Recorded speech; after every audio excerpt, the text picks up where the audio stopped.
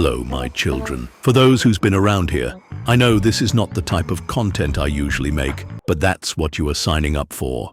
Long story short, one day when I was just chilling in my Sunday bathwater, someone came up to me and asked, "Hey, wanna try this game?" And I said, "No, I've seen some stuff going on in that game online, and I believe I'm not the target audience." Anyways, to continue the story, they were sort of adamant and said, "We'll release more Sunday wrists, or even better, his ankles if you play this game." And you know, as much as I love Sunday, I will stoop that low. So I accepted the offer and downloaded it. Zenless zzzero. I had tried downloading it on the day of release because I kinda like Wise and Lycaon from the first look, but I didn't actually get to play it due to personal reasons, so I only get to see snippets of it online, which is definitely not the best way to have an accurate opinion on a game. Either way, I came to the conclusion that it's a GOONER game in some sort of way, because you just know how they market the game to a specific type of audience. Regardless, this was just my initial thoughts, which should not be taken as a valid answer for this video. I guess this is not a typical "I tried playing XXX game for the first time," because I am really coming here to see if I can change my thoughts on the game itself. This is more of an exploratory and research type of stuff. I literally log in every day like I'm clocking in for work for this research journey. So, whatever opinions I have, they all come from me, and I'm not trying to glaze anyone here. At the end of the day, no matter what you think, you have every right to hold on to your opinion and stand for it. I'm just here to show you my own findings. I did ask some of you if you have ever played ZZZ before, and I guess there is a lot of you guys that are not familiar with it. I don't want you to be lost to whatever is going on in this video, so let me give you a little introduction about the whole premise of the game. Zenless zzzero is set in a post-apocalyptic futuristic world where supernatural disasters called hollows that has destroyed most of humanity. We get to play as a proxy that is Belle and Wise, which is the main character of the story. Proxies are, excuse me, hello, are you still with me? Yeah, POV. You're watching a lore video, and you've got the attention span of someone watching the end credits of a movie. And now it feels like you're just nodding off while I'm dumping all this info on you. Yeah, I get you, so let me improvise a bit. It's the future, and humanity has evolved to live alongside robots. And, furries. I mean, animals that act, think, and talk like humans. And bears. Yeah, it's a bit of a weird combo. And then, out of nowhere, there was one boom. It didn't really exploded. I just wanted to make it dramatic, but it's just like a black hole that corrupts everything in it, like a parasite. Then, there was another boom, and another boom, and another boom, wiping almost everything. These booms randomly spawn and devour entire cities, like they're at an all-you-can-eat buffet. And these booms are called hollows. Inside these hollows are dangerous. So imagine stepping into a portal and the air around you is poisonous. But instead of your uncle's fart after Taco Tuesday, it's this thing called ether element. This ether element is what's corrupting both living and non-living things inside the hollows. And it might just be the reason why there are monsters called ethereals, even though nothing about them actually looks, well, ethereal. What the hell, boy? Like almost every other Hoyoverse game, you get to choose between a male or female protagonist. In Zenless zzzero, the main characters are siblings, but unlike the twins in Genshin, where they're basically playing hide and seek with 10% effort and everyone's off doing their own thing, these two are actually living together, running a wholesome rental video store called Random Play, which is definitely not a front for money laundering to cover up their illegal job as proxies. Now, what the hell are proxies? So, remember the hollows?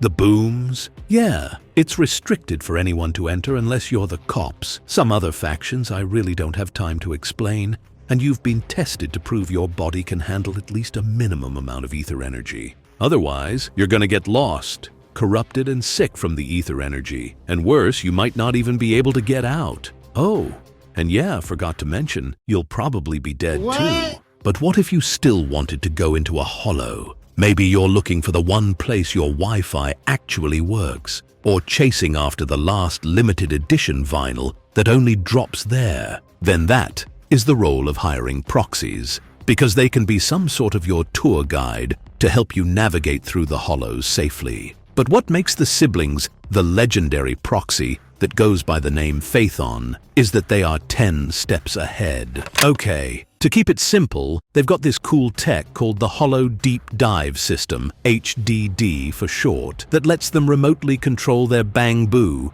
named EOS, basically rabbit-shaped robots, from a safe place. Instead of jumping into the hollow themselves, which is quite risky, they send EOS in to do the dirty work. It's like using a drone to spy on a penthouse, so you don't have to risk getting a flying slipper to the face from Drake. In this case, it's to minimize threats the hollow brings to the proxies. After all, Bell and Wise do not have the best capacity to withstand ether energy physically, so this is a huge plus to them. But that's not even the main reason why they hold such a high reputation.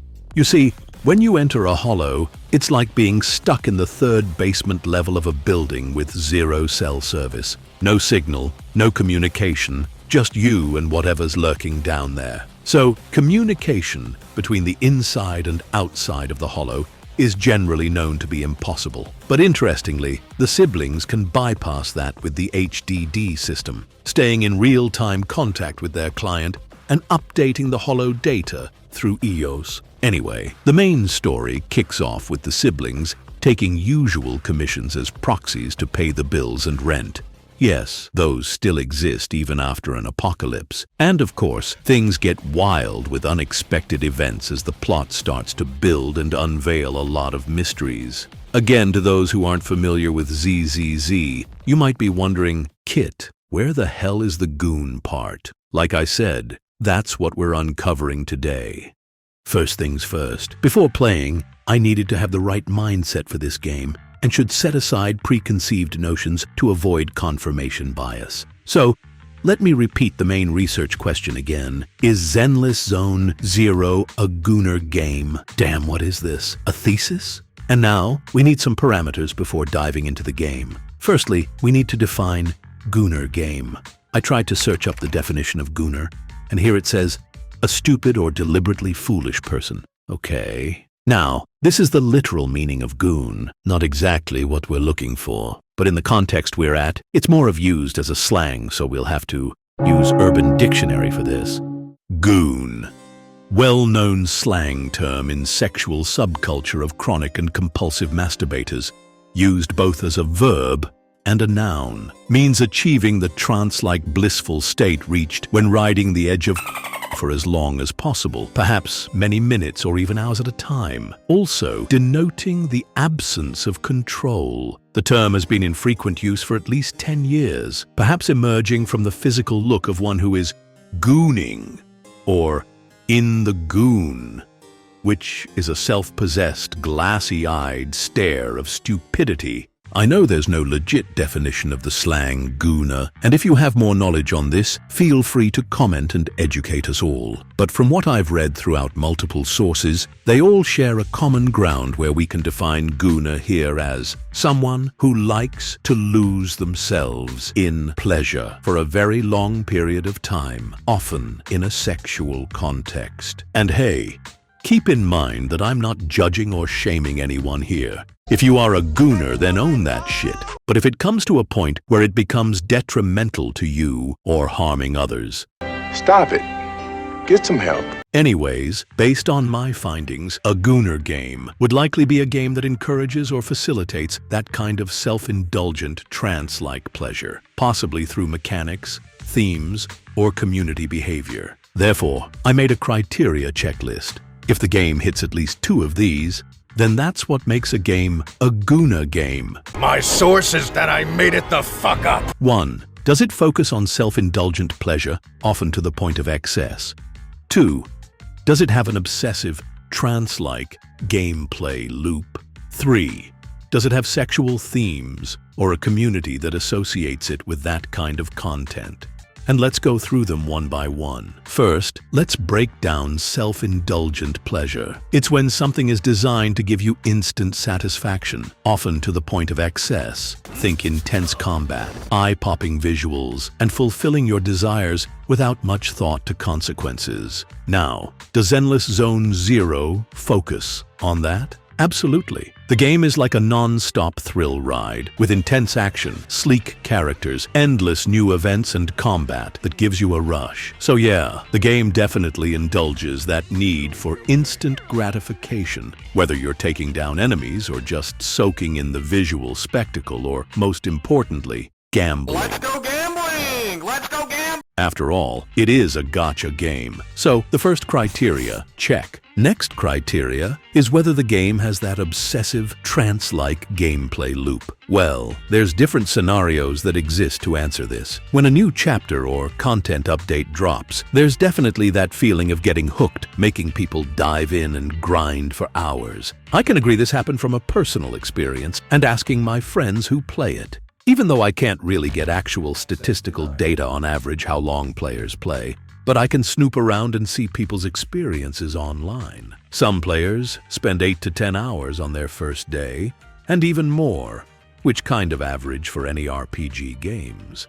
But to my surprise, this game doesn't really forces you to stay that long, and even encourages you to go at your own pace. You don't feel like you're being rushed to finish everything in one go, and even when there's a lot of new events, you can still join, enjoy the content, and not feel pressure.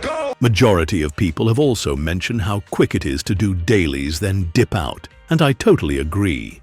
It's also kinda interesting how the game repeatedly tells you to sleep and rest in between quests. Overall, this could be a yes and no, and there is no definitive answer for this. You could spend hours and lose your sense of time in this game because you want to speedrun everything, get too immersed to the plot, or grinding to pull your character. Let's go gambling! Aw, dang it! But if you're asking whether the game is designed to constantly pull you in to indulge for long hours every time you log in to satisfy your GOONER needs, the answer is no. It's easy to log out after your dailies without getting mentally manipulated into sticking around longer. So the second criteria, nope. Finally, let's talk about whether Zenless Zone0 has sexual themes or if the community's all about that. Apart from the video teasers, honestly, after playing it myself, the game itself isn't throwing anything too wild in your face, but you can definitely feel that edge in some of the character designs and animations. They got that stylish, seductive aura, with characters who are designed to look sharp or round and appealing, often with a little bit of fan service sprinkled in. I'm not complaining. They clearly know exactly what direction to take with their marketing, and honestly, I can't even be mad since they're so upfront about it. And to be honest, I was hardly ever distracted during combat, because I was too busy clenching my own ass, trying to time my dodges right. I had zero time to stare at the, let's call them, bouncy assets. As for the community, well, it's the internet, so you can bet some fans are gonna latch onto those aspects and run wild with it. But I also know several people in the community who enjoy the game for other reasons, like the story, the characters, and the gameplay itself. Some are even quite wholesome. So while it might seem like the community mostly revolves around the more thirsty side of things online, since that's what's more visible and talked about, it doesn't mean everyone's in it for that. If the game is marketed or perceived as having GOONER themes, you'd expect the entire community to be all about that, since it's clearly targeted toward them. But in reality, there are plenty of fans who appreciate other elements of the game, showing that it has a much broader appeal than just that. So, I can't really say that everyone who plays ZZZ is a GOONER. But overall, the game itself keeps it pretty tame, focusing more on action and story, while still giving players a little bit of eye candy along the way. And for your information, I chose my Pookie Wise. I've seen people say the game caters to self-insert fantasies, but honestly, none of the characters that interact with you are overly suggestive. Like, you know how in harem animes, the characters are always acting pick-me to seduce the main character? Yeah, none of that. Most of the interactions felt much more natural, with characters genuinely interested in us. The friendships that develop don't feel forced, it's just people being people. Sometimes, it even felt like we were the ones third-wheeling. You two are so close. So, this third criteria is really the deciding factor on whether Zenless Zone Zero is a GOONER game or not. And my final answer is yes and no. Zenless Zone Zero does have elements that could qualify it as a GOONER game, especially with the fan service and visual indulgence. The game constantly teases you with suggestive moments, whether it's through the character designs or certain animations. They know exactly what it's doing, but it barely takes away from the gameplay or the plot. It's more like a subtle nudge that adds to the vibe, but doesn't dominate the experience. And let me be frank, this debate between myself and the criteria I listed has already been defeated before I even started. Because at this day and age, people goon to anything, like people would goon to food, house appliances, and an entire season of a show they hate. Honestly, even a boring chess game could probably get someone there if they're in the right mindset. But after playing the game and doing this silly little research, it confirmed half of my initial thoughts about the game, but it also opened up a whole new perspective for me. Zenless Zone Zero might be considered a GOONER game by many, and I can't believe I'm saying this, but it actually deserves way more recognition than that. And that brings me to what I really want to talk about. The fact that not enough people are giving props to how good the story and themes are. I wouldn't say the story is necessarily better than others, because every game has its own unique lore, but I was definitely satisfied with how Zenless Zone Zero executed its main story, especially in the first season. And heads up, there might be major spoilers ahead, so please watch with caution. While the theme does revolve around a post-apocalypse setting, it's not exactly the same dystopian stuff you see in most movies and shows. You know, the typical ones where cities are in ruins, zombies are roaming the streets, and the survivors are just scraping by with nothing but a shotgun and a handful of canned beans. I mean, yeah, some of these elements do exist in ZZZ, but I love how each chapter revolves around one main theme. Despite the Hollows almost wiping out humanity, the game doesn't go down the usual route of showing everyone turning desperate or losing their humanity. Instead, it's about how characters find reasons to keep going, and not just for the sake of living. Even after the destruction of their old home, they manage to rebuild not just their cities, but a sense of community and purpose. In a way, it's inspiring. These characters show that even in the face of complete disaster, there's always the drive to create something new, to start fresh. And while it may not be perfect, it's a world where people still hold on to their hopes, build new connections, and work toward a future that might just be better than the one they lost. Take the siblings, for example. They open up a rental video store. In a world where everything's been torn apart, they're holding on to the nostalgia of simpler times. It's not just about watching movies, but about preserving memories and holding on to what made life feel normal before the catastrophe. Movies and videos become an escape, a way to forget the harsh reality and revisit stories that remind people of what they had and what they can still build. It's like, yeah, the world's on fire, but let's watch The Matrix for the 100th time and pretend everything's fine. But hey, it's not just a business. It's more like a statement. Even in the apocalypse, they're choosing to celebrate life, keep traditions alive, and bring people together. And that's something we can all relate to even today. Sometimes, when everything feels like it's falling apart, it's the little things, like a movie, a song, or a simple memory, that help us push forward. It's the kind of perseverance that makes us human. And boy, I haven't even dived into each character's story yet, which adds so much layer to this central theme. But of course, not everything is sunshine and rainbows. It's still a post-apocalypse, so there's definitely going to be the aftermath and challenges to deal with. However, what's interesting to me is that from the game's portrayal, or from the character's point of view at least, the supernatural beings are seen as a major threat, but not as actively dangerous. Plus, they even benefit ether energies from the Hollows to rebuild new Eridu. The real danger seems to come from other humans, whose threats are much more immediate and, frankly, more personal. While the supernatural beings like hollows and ethereals are a constant presence, they're not the ones actively causing chaos every day. The real danger comes from the people you meet along the way, whether it's rival factions, shady characters, or power-hungry leaders. Humans are just as much, if not more, of a threat than the monsters roaming the streets. The game really leans into the idea that human nature can be just as destructive as any supernatural force. And that's something you have to face as you explore New Eridu. The city's not just struggling to survive the hollows, it's fighting itself from the inside out. Humans are sometimes more dangerous than ethereals. And that line couldn't be more true. No wonder he is wise. And I wouldn't even be surprised if the whole apocalypse did start because of humans themselves. I might be onto something here, but that's for another day, probably in my Copium Theory series. Before I end this video, I would definitely recommend anyone to try it if you enjoy some slice of life stuff. And there's not much pressure to build and farm. Like, even though I haven't fully leveled up my characters yet, I was still able to finish the main story with ease. And it didn't take away from the fun. Most of my friends told me they don't think the story is for them, but they haven't even finished the prologue chapter yet. So I feel it's a little invalid to judge early. I agree the beginning is a bit slow, but it actually sets up everything that comes later. And by the time you hit chapter 3, it all starts to pay off. Well, for me at least. But trust me, just push through the start.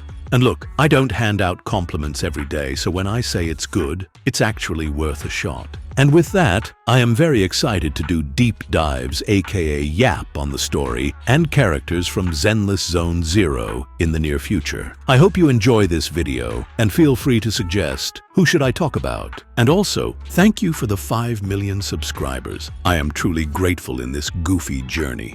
Don't forget to like and subscribe. I will see you in the next video.